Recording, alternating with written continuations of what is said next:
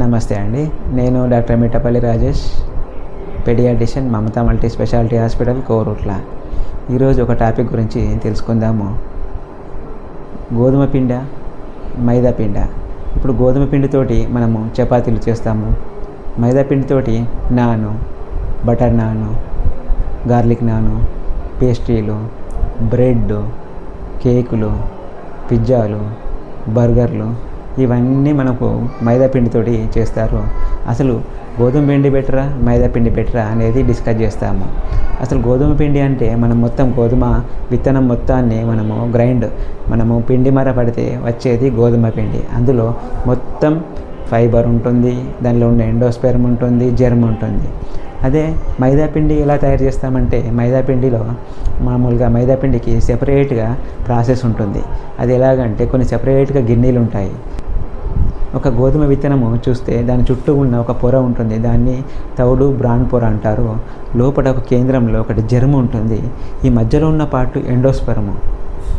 So మనకు మైదా పిండి తయారు చేసేటప్పుడు ఈ చుట్టూ ఉన్న బ్రాన్ పొరను, లోపల ఉన్న జెర్మ్ను తీసేసి ఆ మధ్యలో ఉన్న పిండి పదార్థమైన ఎండోస్పెర్మ్ని మాత్రమే పొడి చేసి నెక్స్ట్ పిండి పెడతారు.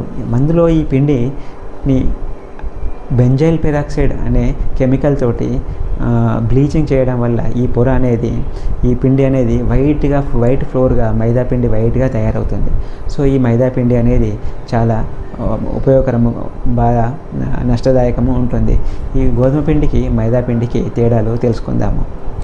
ఈ గోధుమ పిండిలో మనం గోధుమలు మొత్తము పొట్టుతో సహా ఎండోస్పెర్మ్ అండ్ జెర్మ్తో పాటు మనం మరపట్టించడం వల్ల పిండి తయారవుతుంది. కనుక మనకి ఇది గోధుమ పిండి బ్రౌన్ కలర్లో ఉంటుంది. ఈ పొర ఉండడం వల్ల మనకు ఫైబర్ ఉంటుంది, జెర్మ్ ఉండడం వల్ల vitamins, minerals, calcium, iron, zinc అన్నీ అందుతాయి గోధుమ పిండిలో. అదే మైదా పిండి తయారు చేసేటప్పుడు లోపల జెర్మ్ తీసేస్తున్నాము, పైన ఉన్న బ్రాన్ తీసేస్తున్నాము, మధ్యలో ఉన్న వైట్ ఎండోస్పెర్మ్ అది పొడి చేసి మళ్ళీ బెంజైల్ పెరాక్సైడ్ తోటి మనం బ్లీచింగ్ చేయడం వల్ల, వైట్ కావడం వల్ల కెమికల్స్ తయారవుతున్నాయి. ఈ కెమికల్స్ అనేటి మైదా పిండిలో ఎక్కువగా ఉంటాయి.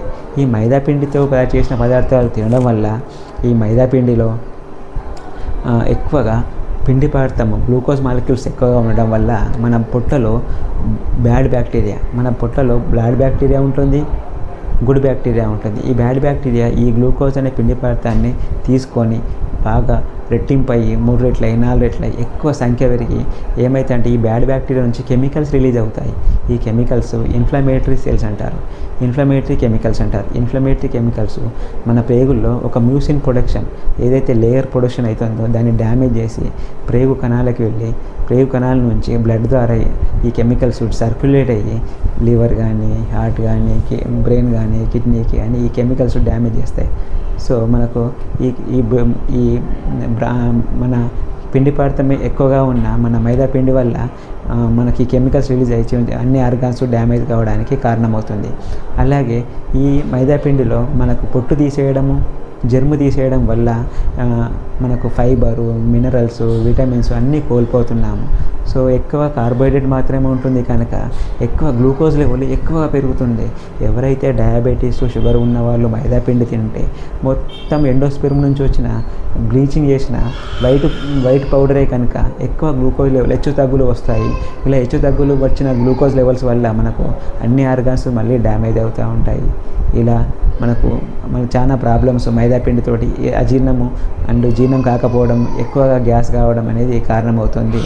అదే గోధుమ పిండి అయితే బ్రౌన్ కలర్లో ఉంటుంది కనుక మళ్ళీ నెక్స్ట్ ఫైబర్ ఉంటుంది, జెర్మ్, ఎండోస్పెర్మ్ ఉంటుంది కనుక అందులో ఫైబరు, ప్రోటీను, విటమిన్స్, మనకు పిండి పదార్థాలు అన్నీ ఉండడం వల్ల మనకు ఈజీగా డైజెషన్ కావడము, గుడ్ బ్యాక్టీరియా అనేది దాన్ని ఉపయోగించుకోవడము, బ్యాడ్ బ్యాక్టీరియా అనేది దాన్ని ఎక్కువగా ఉపయోగించుకోకపోవడం. ఎందుకంటే చుట్టూ ఫైబర్ ఉంటుంది కనుక బ్యాడ్ బ్యాక్టీరియా ఎక్కువ గ్రోత్కు కారణం కాదు కనుక ఈ గోధుమ పిండితో చేసిన చపాతీ, మైదా పిండితో చేసిన pizza, burger, biscuit, bread, cake, ఇందులో ఏది అనేది డేంజరో మీరు ఈ వీడియో కింద కామెంట్ చేయగలరు. Thank you.